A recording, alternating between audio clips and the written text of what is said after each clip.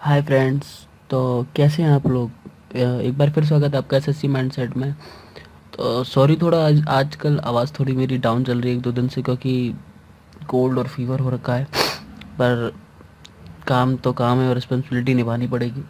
तो आपको पता ही है कि 2016 का आरआरबी एनटीपीसी का एग्ज़ाम अभी कुछ दिन पहले ही मेंस का हो चुका है।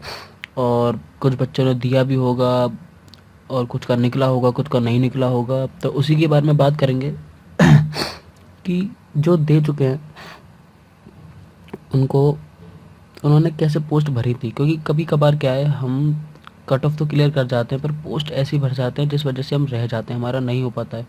तो उसी के बारे में बात करेंगे कि हम पोस्ट को कैसे चुने, कौन सी पोस्ट हमारे लिए अच्छी है और कौन सी पोस्ट हमारे लिए बुरी है।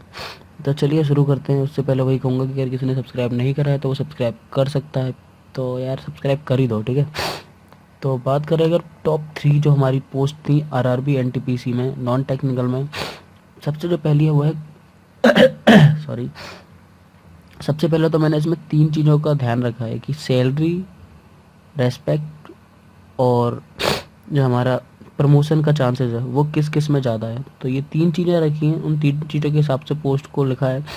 तो जो सबसे पहला वो है कमर्शियल अप्रेंटिस, दूसरा है असिस्टेंट स्टेशन मास्टर और इंक्वायरी कम रिजर्वेशन क्लर्क।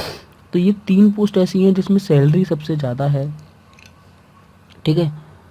ये 3 पोस्ट में सैलरी, प्रमोशन और रेस्पेक्ट, ये तीनों में ज़्यादा है। इस वजह से मैंने इनको टॉप 3 में रखा है। तो अगर आप कोई भी कभी भी आगे चल के 2017 का आप पोस्ट फिल करते हैं तो आप ऐसे ही करिए कि टॉप 3 में तो इन्हीं को रखिए।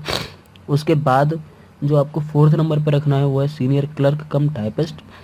5th पे जो रखना है वो है आपका जूनियर अकाउंट्स असिस्टेंट और टाइपिस्ट GAA, ठीक है। 6 पे जो रखना है वो है आपका ट्रैफिक अप्रेंटिस और ट्रैफिक असिस्टेंट आपका रखना है,